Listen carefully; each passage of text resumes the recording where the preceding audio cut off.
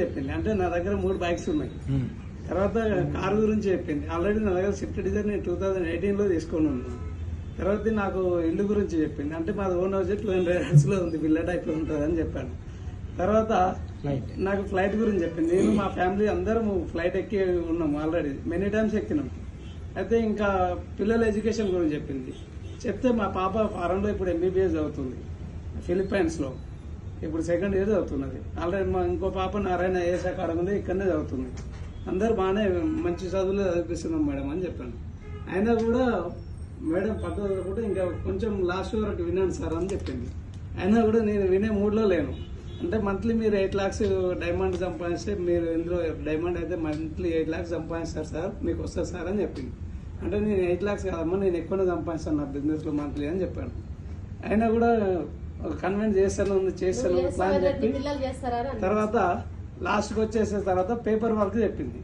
Paper work చెప్పినప్పుడు నాకు family security అనేది బాగా నచ్చింది.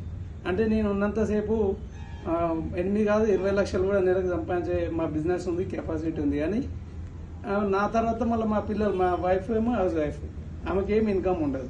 మా పిల్లలు ఆల్రెడీ చదువుతున్నారు. వాళ్ళకి మంత్లీ వచ్చేసి 1.5 lakhs ఖర్చు ఉంటుంది వాళ్ళ చదువులకి.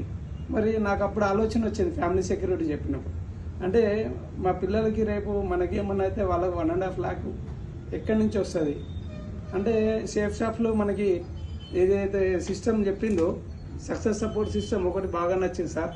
తర్వాత ఈ ఫ్యామిలీ సెక్యూరిటీ బాగా నచ్చి అది నేను నా బిజినెస్ చేసుకుంటూ కూడా ఇప్పుడు చేస్తుంటే నేను ఇప్పుడు ర్యాంక్ 2 లెవెల్లో ఉన్నాను సార్. నా టీమ్ సైజ్ వచ్చేసి 74 members. నేను జైసల్మేర్ కూడా విన్నాను సార్. తర్వాత బ్యాంకాక్ కూడా విన్నాను. అట్లా దుబాయ్ నియర్ బై ఉన్నాను. ఓకే సార్, నాకు అవకాశం ఇచ్చాను. అందరికీ ధన్యవాదాలు.